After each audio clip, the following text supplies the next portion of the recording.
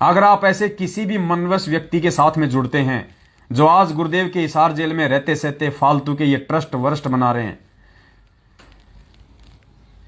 और उसके माध्यम से आप भक्तों को जोड़ रहे हैं कि इस ट्रस्ट के मेंबर बन जाओ, इस ट्रस्ट के सदस्य बन जाओ, हमारे पास में ये सबूत हैं, हमारे पास में ये सबूत हैं, हम गुरुजी से मिलने का प्रयास करेंगे। अरे क्या मिलने का प्रयास करोगे तुम गुरुजी से? हम सच्चाई जानने का प्रयास करेंगे, हिसार जेल में जाके हम गुरुजी से मिलेंगे।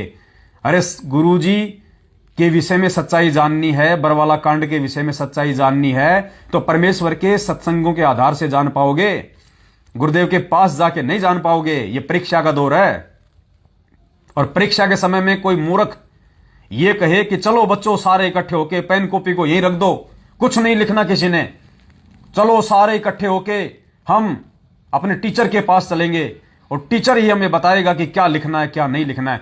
वो गधा है, गधा। उसको एक समझदार विद्यार्थी की श्रेणी में नहीं गिना जा सकता। वो मूर्ख है, वो भांग पी के आया हुआ परीक्षा देने के लिए। तो कोई भाड़ में पड़े सो पड़े, लेकिन यह संदेशा केवल उन 10% सत्सेवकों को दिया जा रहा। आज 90% तो मूर्ख हैं, वो तो ऑलरेडी मैनेजमेंट के पीछे अपना कर्म धर्म नष्ट कर चुके हैं।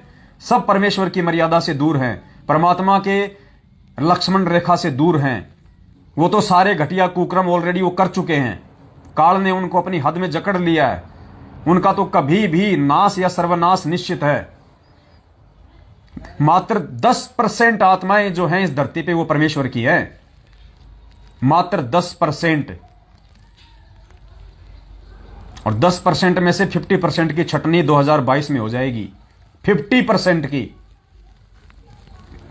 अगर अभी भी आपने यदि सत्सेवक बनने के बावजूद भी अपने व्यवहार में, अपने आचरण में, अपनी सोच में, अरे तुम किसी को 5,000 रुपये उधार दे देते हो और 5,000 रुपये उधार देने के बाद उस बेचारे का तुम 50,000 का तो तुम उसका खून पी जाते हो।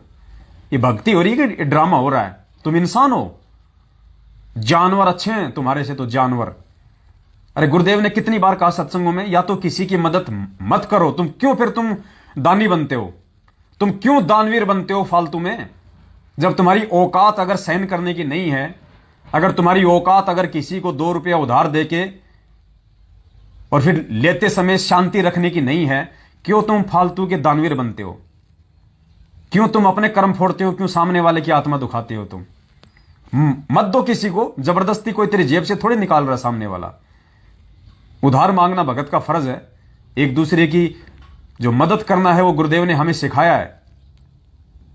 अगर तुम्हारी औकात अगर किसी की मदद करके और अगर सहनशीलता अपनाने की नहीं है तो मत करो किसी की मदद। तुम अपना भी कर्म फोड़ोगे, दूसरे की भी आत्मा दुखाओगे, वो दोष भी तुम अपने सिर पे लोगे। आजकल यही हो रहा है संगत में।